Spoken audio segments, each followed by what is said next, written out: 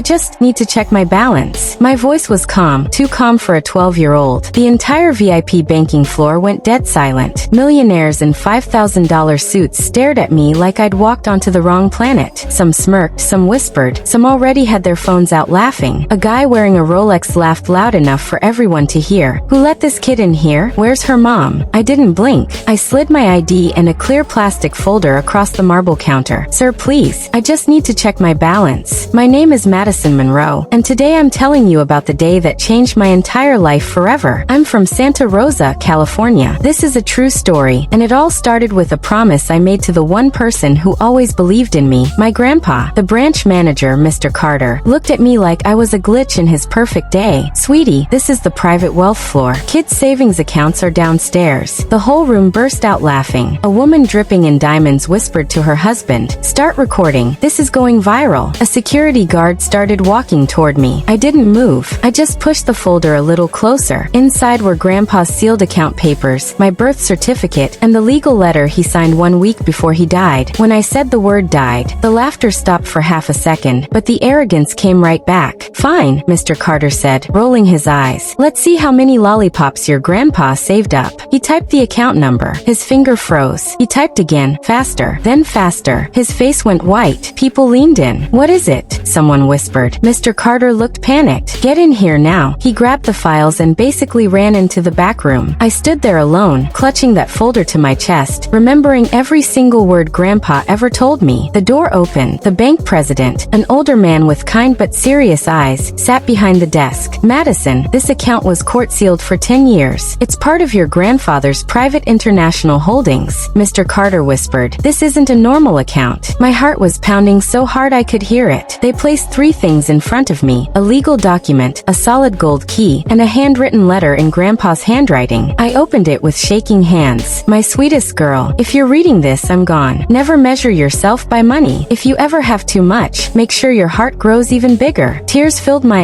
eyes. "Madison," the president said softly, "it's time." He entered the final code. The loading bar appeared. My heart was in my throat. This was the moment Grandpa had prepared me for. "Open this door right now," a woman's voice breaking. "My mom." She stormed in wearing her diner apron, face soaked with tears. "Madison, baby, why are you here alone?" She grabbed my shoulders like she needed to make sure I was real. "Mom, why are you so scared?" She could barely breathe. "Because, baby, this account destroyed your father's life." Silence. "What?" She started sobbing. "He didn't leave us. He disappeared. The day he found out how much money your grandpa really had, dangerous people came after him. My world fell apart. Why didn't you tell me?" "Because I wanted you to stay a kid, not a target." Then boom, the door flew open again. A man stumbled in, out of breath, eyes wild, hands shaking. "Stop. Don't show her the balance." Mom froze. No, it can't be." I stared at this broken, tired man who looked like he'd been running for 10 years. "Madison," his voice cracked. My legs gave out.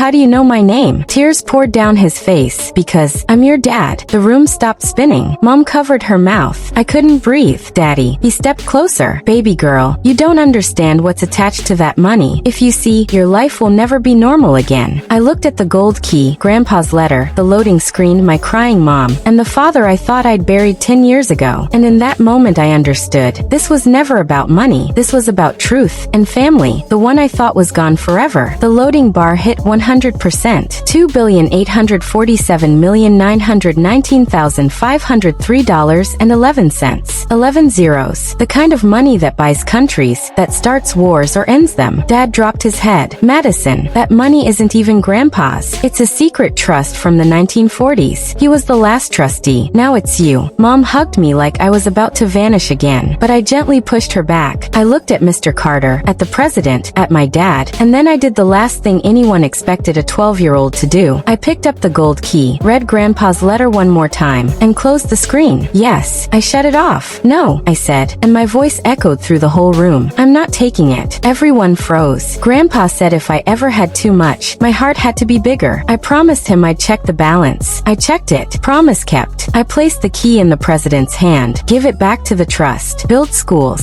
Build hospitals for kids who can't afford them. Send whatever's left to children in war zones. Just put my grandpa's name on the buildings. That's all. I turned to Mom and Dad, who were staring at me like I'd grown wings. I smiled. "Let's go. I'm gonna be late for school."